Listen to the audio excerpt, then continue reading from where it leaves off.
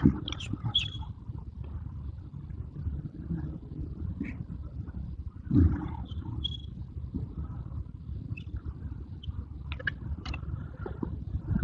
ونصلي ونسلم على سيدنا ومولانا محمد صلى الله عليه وسلم رسوله النبي الأمين المكين الحنين الكريم الرؤوف الرحيم. أما بعد فأعوذ بالله من الشيطان الرجيم. بسم الله الرحمن الرحيم. قال الله تبارك وتعالى في الكلام المجيد والفرقان الحميد. تلك الرسل فضلنا بعضهم على بعض منهم من كلم الله ورفع بعضهم درجات. صدق الله مولانا العظيم.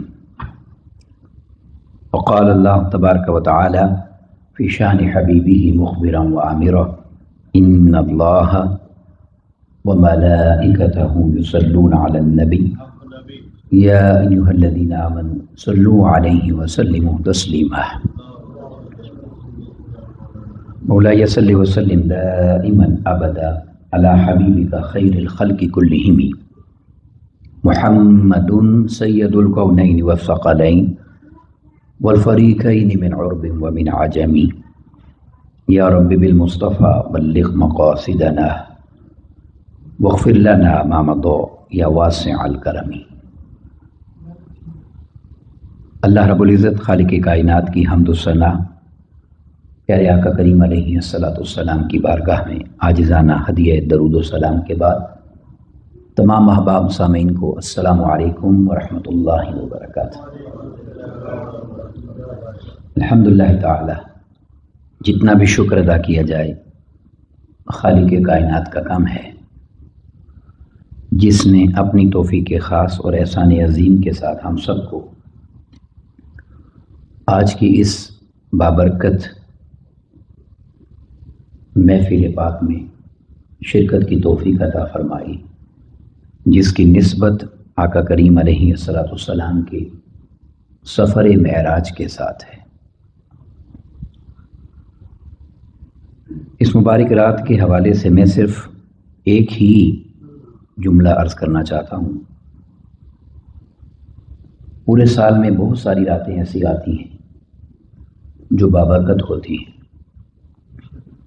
جو عظیم ہوتی ہیں. اس رات کی خصوصیت یہ ہے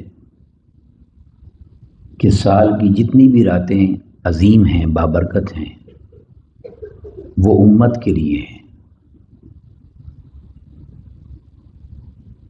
وہ امت کے لیے عظیم ہے. اس رات کی عظمت کا عالم یہ ہے کہ یہ رات آقا کریم علیہ الصلوۃ والسلام کے لیے عظیم ہے کہ اللہ رب العزت نے انہیں اپنی ملاقات کا شرف بخشا. بڑی خوبصورت بات شاعر نے کہی ہے کہ قدسی کھڑے ہیں حیران ہو کر. قدسیوں کی بات کی، فرشتوں کی. قدسی کھڑے ہیں حیران ہو کر کہ سدرہ سے آگے بشر جا رہا ہے. یہ جہاں نور بھی نہیں جا سکتا، یہ ان کی حیرانی یہ تھی. قدسی کھڑے ہیں حیران ہو کر کہ سدرہ سے آگے بشر جا رہا ہے، بن ٹھن کے اپنے خالق سے ملنے، سرے عرش وہ تاجور جا رہا ہے. تو اس لیے میں نے کہا کہ ساری عظیم راتیں امت کے لیے عظیم ہیں، مگر یہ رات آقا علیہ السلام کے لیے عظیم. میں نے آپ کے سامنے تیسرا پارہ شروع ہوتا ہے، اس کے ابتدائی کلمات تلاوت کرنے کی سعادت حاصل کی، جس میں اللہ رب العزت نے ارشاد فرمایا تلک الرسل فضلنا بعضهم علی بعض. یہ سب رسول جو اللہ رب العزت یعنی ہم نے مبعوث فرمائے، ہم نے ان رسولوں میں بھی بعضوں کو بعضوں پر فضیلت عطا فرمائی. اب یہ واضح نشین کر لیں کہ رسالت کا جو منصب ہے وہ نبوت سے اونچا ہوتا ہے. 1.25 لاکھ کم و بیش انبیاء کرام ہیں اور 313 کم و بیش رسول ہیں. ہر رسول نبی ہوتا ہے مگر ہر نبی رسول نہیں ہوتا۔ تو جب رسالت کی بات آئی، بڑی بات آ گئی، تو چھوٹے اس میں شامل ہیں، اس لیے بڑے درجے کی بات کی کہ جتنے بھی رسول ہم نے بھیجے ہیں وہ انبیاء سے تو پہلے ہی بڑے ہیں، مگر ان رسولوں میں بھی سب برابر نہیں ہیں۔ تلک الرسل فضلنا بعدہم، ہم نے ان میں بھی بعضوں کو بعضوں پر فضیلت عطا فرمائی۔ جیسے آقا علیہ السلام نے خود بیان فرمایا کہ 5 اولو العزم رسول ہیں، اب ان 313 میں وہ 5 عظیم ہیں، اور اس میں پھر آقا علیہ السلام کی ذات بابرکات سب سے عظیم ہے۔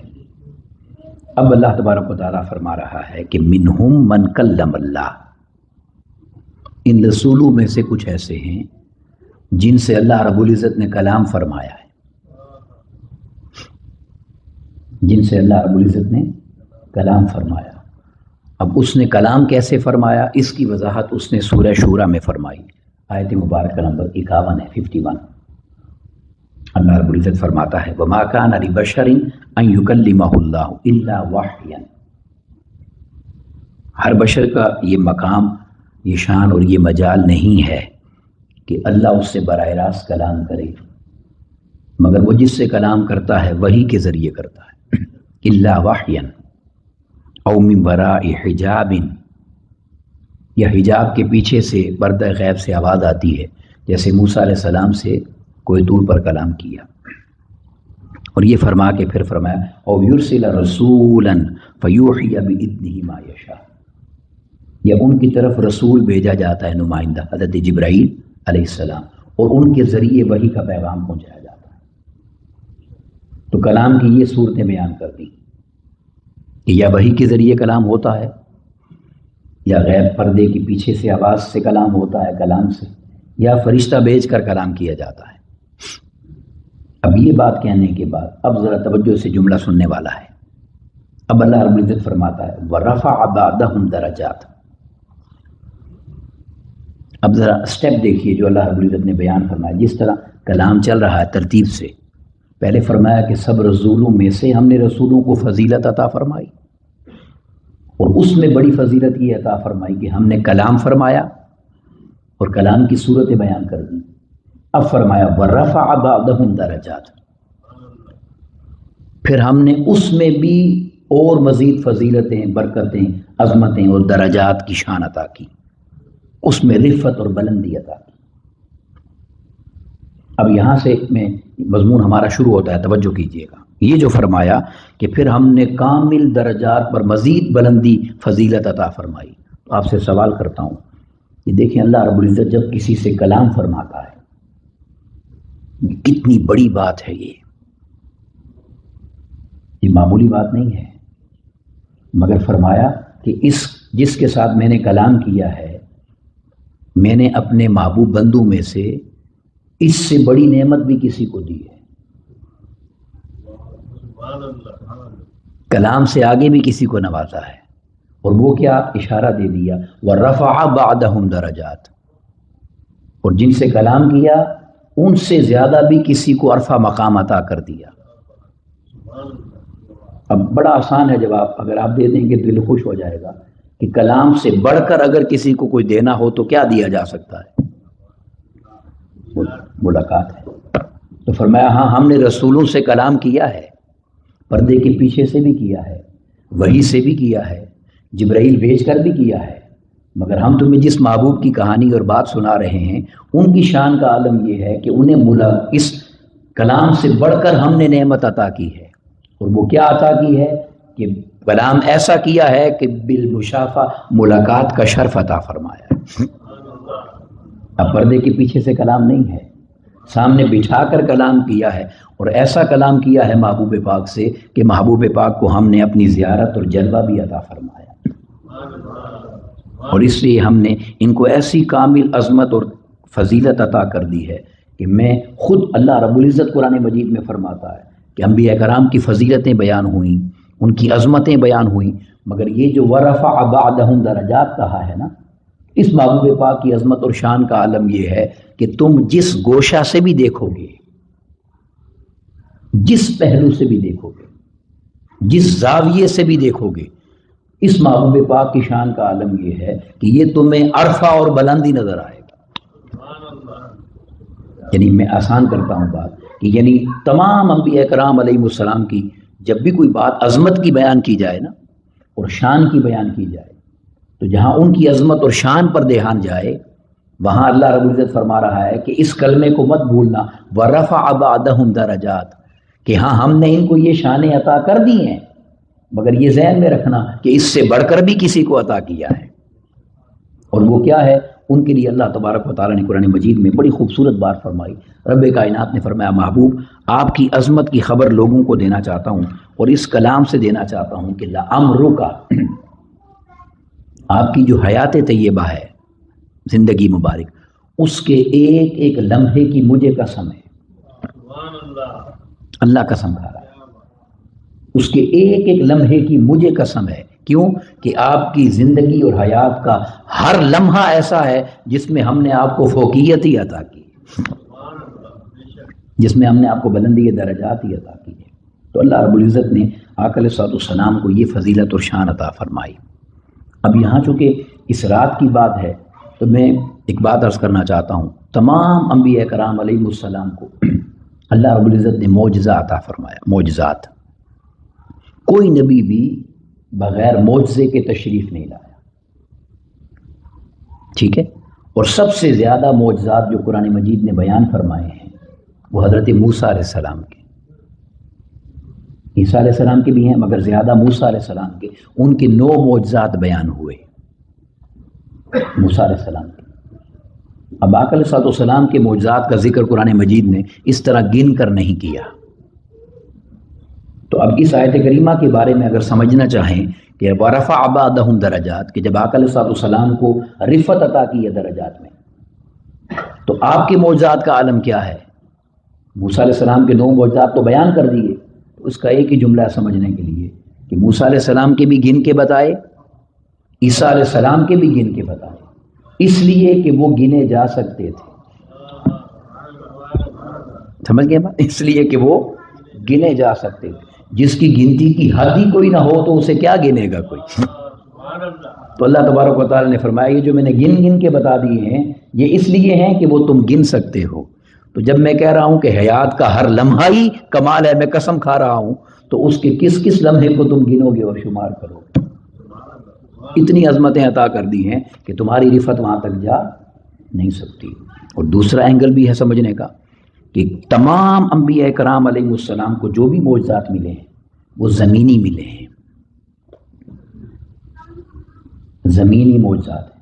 یہ صرف آقا علیہ السلام کی ہستی ہے جس سے اللہ رب العزت نے آسمانی معجزات عطا کی. کسی نبی کو بھی آسمانی معجزہ نہیں ملا. جیسے قرآن مجید نے کہا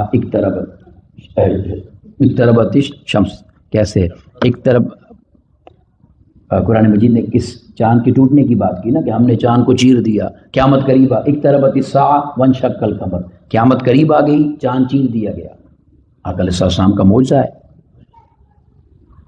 حضرت علی علیہ السلام کی نماز رہ گئی، سورج پلٹ گیا، آسمانی معجزہ ہے. اور معراج کی رات عرش سے بھی اوپر چلے گئے، یہ آسمانی معجزہ ہے. تو تمام آسمانی معجزات اللہ نے آقا علیہ السلام کو عطا کی، کسی اور نبی کو عطا نہیں کی. اور اگلی بات بھی سمجھ لیں، تمام انبیاء کرام کو جو معجزات دیے وہ معجزات اب دنیا میں نہیں ہیں. وہ معجزات اب دنیا میں نہیں ہیں. اور آقا علیہ السلام کے معجزات کو قیامت تک قائم فرما دیا. اور آپ کی اور میری توجہ نہیں ہے، ایک معجزہ ایسا ہے جسے صبح و شام ہم دیکھتے ہیں اور وہ قرآن ہے جو آقا علیہ السلام نے امت کو قیامت تک دے دیا، جسے کوئی بدل نہیں سکتا. فرمایا یہ معجزہ تمہیں امت کو قیامت تک تمہارے ہاتھوں میں دے دیا ہے تاکہ تمہیں سمجھ آ جائے کہ وہ نبی موجود ہے جس کا معجزہ تمہارے درمیان موجود ہے. تو یہ معجزات کی شان ہے. اب اس میں بہت سارے اینگل ہیں مگر میں ایک جملہ کہہ کے پھر آگے اس سفر کی بات کرنا چاہتا ہوں، اور وہ یہ ہے اللہ تبارک و تعالیٰ نے فرمایا تم میرے محبوب کی عظمت کی بات کرتے ہو، میں تمہیں اس کا سمجھنے کا ایک اور زاویہ بتاتا ہوں. کنتم خیر امت، اس محبوب کی عظمت اور رفعت اور بلندی کے درجات کا عالم یہ ہے کہ اس کی نسبت کی وجہ سے تم بھی سب امتوں سے افضل ہو گئے ہو۔ تو اب سوال یہ پیدا ہوتا ہے کہ جس کی امت سب امتوں سے افضل ہے وہ خود تمام رسولوں سے افضل کیسے نہیں ہوگا؟ آپ کو بات سمجھ آئی یا نہیں؟ اگر ان کی نسبت سے ہم افضل ہو گئے ہیں تو اسی لیے تو ہوئے ہیں کہ وہ خود سے افضل ہیں، سب سے افضل ہیں۔ تو جب وہ سب سے افضل ہیں تو انہوں نے اپنے ساتھ جڑنے والوں کو بھی بلندی اور عظمت عطا کر دی۔ اب یہ ان ساری عظمتوں میں سے ایک واقعے کا ذکر ہے،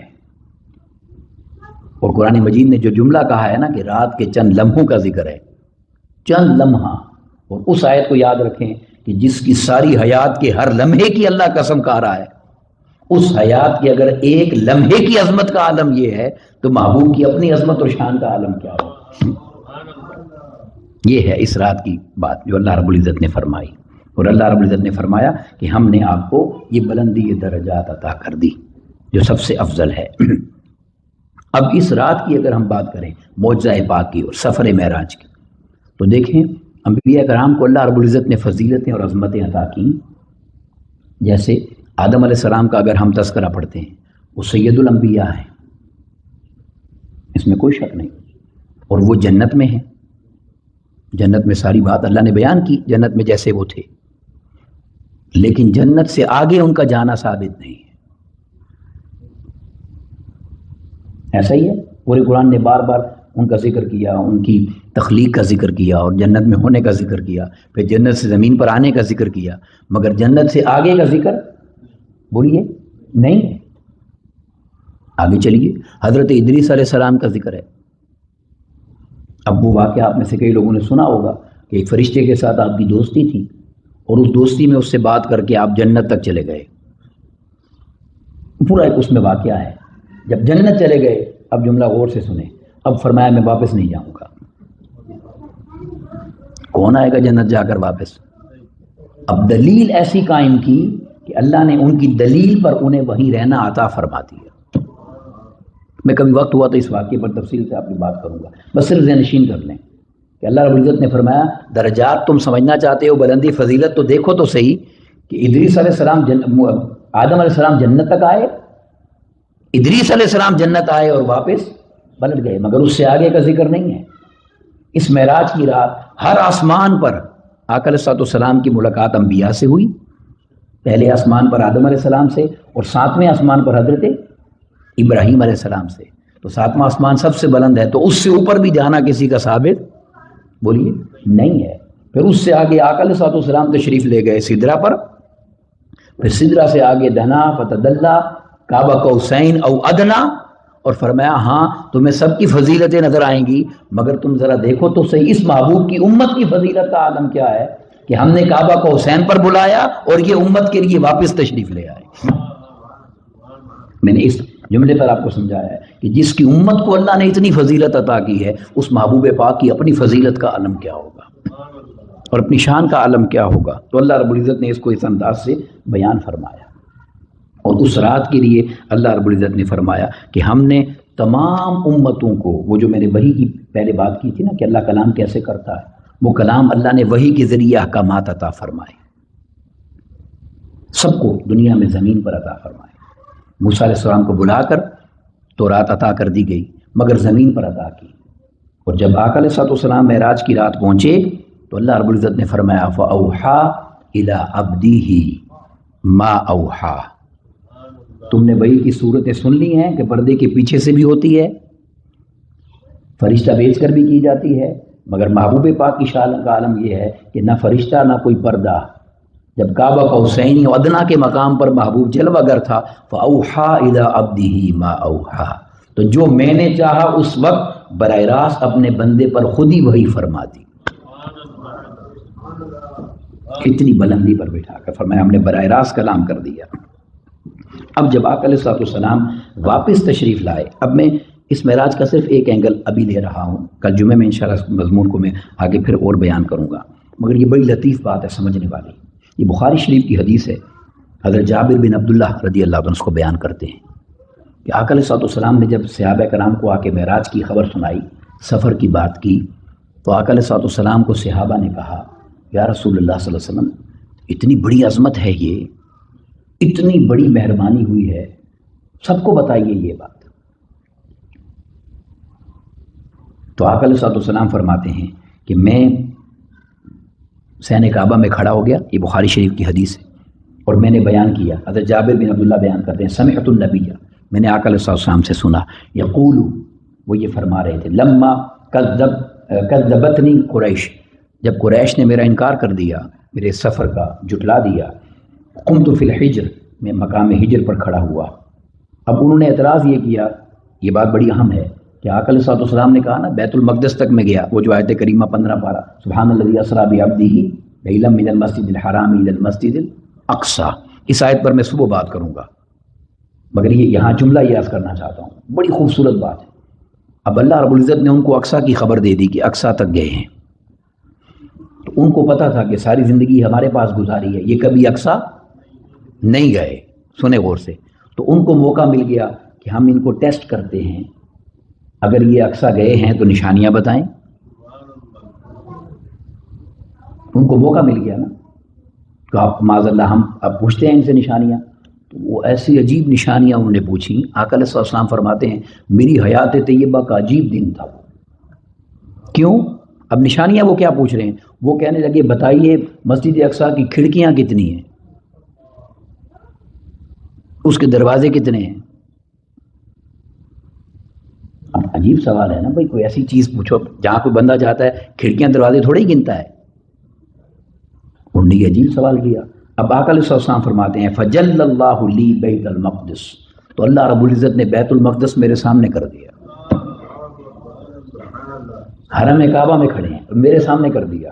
اور پھر کیا فرمایا کہ اب ان کے سوالات تھے فتفقت اخبرهم عن آیاته وانا انظر الیہ، تو وہ جو پوچھتے میں دیکھ دیکھ کر ان کو بتاتا جاتا تھا۔ وہ جو وہاں گئے ہوئے تھے وہ کہہ رہے تھے یہ ٹھیک کہہ رہے ہیں، وہ یہ ٹھیک کہہ رہے ہیں، یہ ٹھیک کہہ رہے ہیں، کیونکہ اب سب نشانیاں جب بتا رہے تھے تو وہ کیا کہتے، وہ اس بات کی تصدیق کرتے گئے۔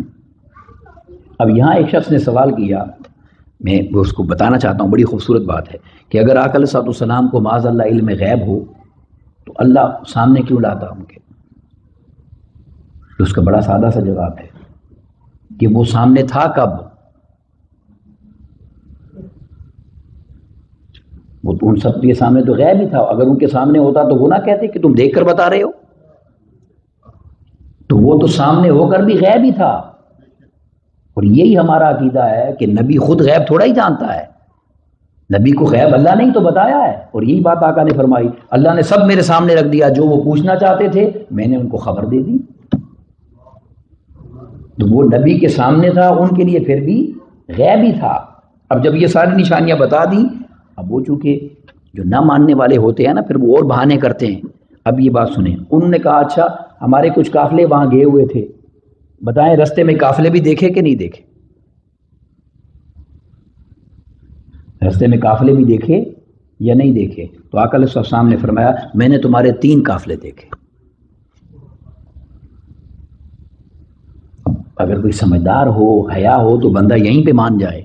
وہ کہنے لگے نہیں ہمیں قافلوں کی تفصیل بتائیں۔ اب یہاں سے آگے جانے سے پہلے، کیونکہ آگے 3 قافلے ہیں اس پر بات میں مکمل کروں گا، میں ایک عقیدہ آپ کو سمجھانا چاہتا ہوں۔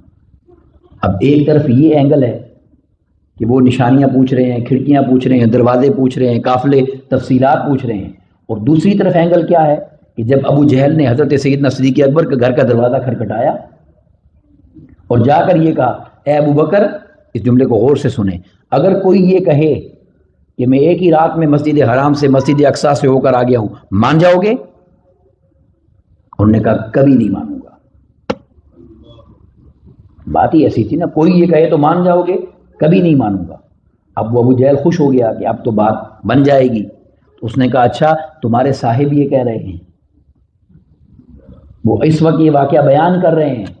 تو حضرت ابو صدیق اکبر رضی اللہ عنہ کہنے لگے کیا یہ آقا علیہ السلام کہہ رہے ہیں؟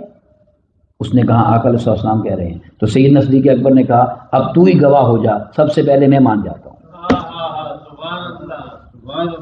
اب یہ دونوں اپوزٹ باتیں ہیں۔ اس نے کہا ابھی تم کہہ رہے تھے کہ نہیں مانوں گا، ابھی کہہ رہے ہو مانتا ہوں میں، ہاں اس لیے کہ کوئی کہے تو نہیں مانوں گا، ان کا اس لیے مان جاتا ہوں کہ ان کو ہم کبھی کوئی میں شمار نہیں کرتے.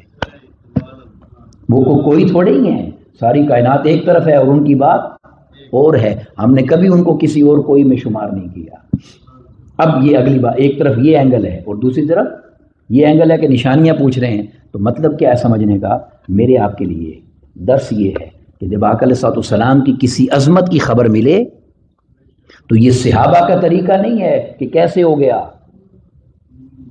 ہمیں بتاؤ کیسے ہوگا. یہ دشمنوں کا طریقہ ہے. اپنوں کا طریقہ یہ ہے کہ روایت کافر کر رہا ہے. ابو جہل بتا رہا ہے نا کہ یہ کہہ رہے ہیں روایت کسی صحابی کی تو نہیں ہے، اور بخاری نے یہ واقعہ لکھا ہے اور کافر سے روایت ہوتی ہی نہیں ہے. مگر امام بخاری نے اس لیے روایت لکھی کہ اگر کافر بھی نبی کی شان بتائے تو اسے قبول کیا جاتا ہے، اور یہاں مسلمان بتائیں اور پھر بھی کوئی قبول نہ کرے تو خدا جانے اس نے کس کا کلمہ پڑھا ہے. تو اس طرف مت جائیں جہاں دشمن جاتے ہیں، اس طرف آئیں جب نبی کی شان سامنے آئے ہم اس کو مان گئے، بس ہم نے مان لیا، تسلیم کر لیا. اب آقا علیہ السلام نے کہا سنو میں تمہارے پہلے قافلے کی خبر دوں. وہ روحا کے مقام پر میں نے دیکھا، جگہ بھی بتائی، اور میں نے یہ دیکھا وہاں پر کہ تمہارے فلاں قبیلے کا فلاں شخص نام بتایا، وہ اس قافلے کی قیادت کر رہا ہے. اب رات کا سفر ہے، ذرا غور کریں اس بات پر. اور فرمایا میں نے اس قافلے کے شخص کو بھی دیکھا، اس کا نام اور قبیلے کا نام بھی بتا رہا ہوں، اور وہ اونٹ ان کا گم گیا تھا، وہ اپنا اونٹ ڈھونڈ رہے تھے.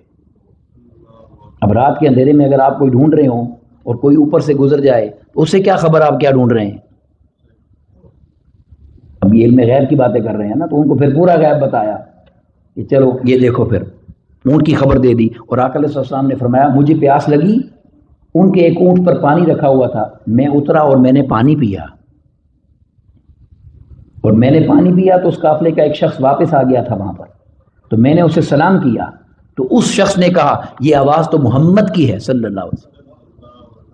اب آقا علیہ السلام نے فرمایا وہ آدمی آئے گا تو اس سے پوچھ لینا. اب میں آپ سے یہاں ایک بات کہنا چاہتا ہوں، یہ جو لوگ آج تک خدا جانے کس خواب میں ہیں، جو کہتے ہیں کہ یہ خواب تھا، وہ خود خدا جانے کس خواب میں ہیں جو کہتے ہیں کہ یہ خواب تھا. میں آپ سے سوال کرتا ہوں، میں کسی کو خواب میں سلام کروں اور آپ سے کہوں کہ کل اس سے پوچھ لینا، بتائیں؟ تو وہ کافر دیکھیں، وہ اتنے اعتراضات کرنے والے اتنے پاگل تھوڑے ہی تھے کہ وہ کہتے سنا بھی خواب رہے ہو اور کہہ رہے ہو اس سے پوچھ لیں. یعنی انہیں بھی پتا تھا کہ یہ خواب نہیں ہے، یہ سفر ہوا ہے. تو ہم سے تو پھر وہ اچھے ہوئے کہ جن نے کم از کم سفر تو مان لیا تھا نا. ہم تو آج تک یہی کہانیاں سنا رہے ہیں کہ خواب میں ہوا، خواب میں ہوا. انا للہ و انا الیہ راجعون. آقا علیہ السلام نے فرمایا میں نے اسے سلام کیا اور اس نے میرا آواز پہچان لی، وہ تمہیں بتا دے گا، اس سے پوچھ لینا. پھر آقا علیہ السلام نے دوسرے قافلے کی بات کی، میں نے اسے ذی فجا کے مقام پر دیکھا، قافلے کا نام بتایا، ذی فجا کے مقام پر دیکھا، اور اس میں ایک عجیب معاملہ تھا. اس کے ایک اونٹ پر 2 آدمی بیٹھے ہوئے تھے، ایک اونٹ پر 2 آدمی، دونوں کے نام بتائے. اور آقا علیہ السلام نے فرمایا کہ جب میرا براق ان کے پاس سے گزرا تو براق کے قریب گزرنے سے وہ گھوڑا ڈر کے بھاگا. اونٹ جس اونٹ پر وہ بیٹھے تھے وہ ڈر کے بھاگا، وہ دونوں گر گئے. ایک شخص کا بازو ٹوٹ گیا تھا، وہ آئیں گے تو پوچھ لینا. اب میری خواب میں کسی کا بازو ٹوٹ جائے تو کیا وہ صبح بازو ٹوٹا ہوا لے کے آئے گا؟ بولیے بھائی. تو آقا علیہ السلام نے فرمایا جب وہ آئیں گے تو ٹوٹا ہوا بازو بھی دیکھ لینا اور ان سے پوچھ بھی لینا کہ تمہارے اونٹ کو کیا ہوا تھا. یہ دوسرے قافلے کی خبر دی. پھر آقا علیہ السلام نے فرمایا میں نے تیسرا قافلہ تلوین کے مقام پر دیکھا. اب یہ دیکھیں رات کا منظر ہے اور آقا علیہ السلام کی شان دیکھیں، سبحان اللہ. آقا علیہ السلام نے فرمایا اس میں سب سے آگے جو اس میں اونٹ آ رہا ہے وہ بھورے رنگ کا تھا، بھورے رنگ کا تھا. اس پہ 2 بوریاں لدی ہوئی تھیں، ایک سفید دھاری دار تھی، ایک سیاہ دھاری دار. اور آقا علیہ السلام نے یہ ساری بتا دی. اب یہ ساری نشانیاں بتائیں، نہ ماننے والے پھر اکڑ گئے. اب یہ بتائیں وہ قافلے پہنچیں گے کب؟ اللہ. آقا علیہ السلام نے فرمایا پہلا قافلہ طلوع آفتاب کے وقت پہنچے گا. دوسرا قافلہ نصف النہار کے وقت پہنچے گا، تیسرا قافلہ غروب آفتاب سے تھوڑا پہلے پہنچے گا۔ تینوں کافروں کو بتا دیا۔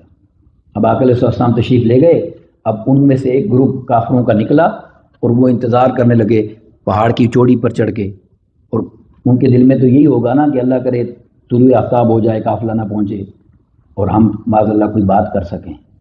ادھر ایک پہاڑ پہ وہ چڑھ گئے، ادھر ایک پہاڑ پہ عاشق چڑھ گئے، آقا علیہ السلام کے غلام چلے گئے کہ ہم دیکھیں گے انشاءاللہ وہ پہلے پہنچ جائے گا۔ اب یہ اوپر بیٹھ کے شور مچا رہے ہیں، آپس میں شور و غل ہو رہا ہے۔ اچانک ایک شخص نے کہا کہ طلوع آفتاب ہو گیا، ادھر سے حضرت بلال حبشی نے کہا قافلہ بھی آ گیا۔ یہ پہلے قافلے کا ہوا، دوسرے کا بھی ایسا ہوا، تیسرے پر بڑی عجیب بات ہوئی، اور وہ یہ انہیں رستے میں کوئی ایمرجنسی ہو گئی اس قافلے کو اور وہ لیٹ ہو گئے۔ غروب آفتاب کا وقت آ گیا، قافلے کے کوئی اثرات نہیں تھے،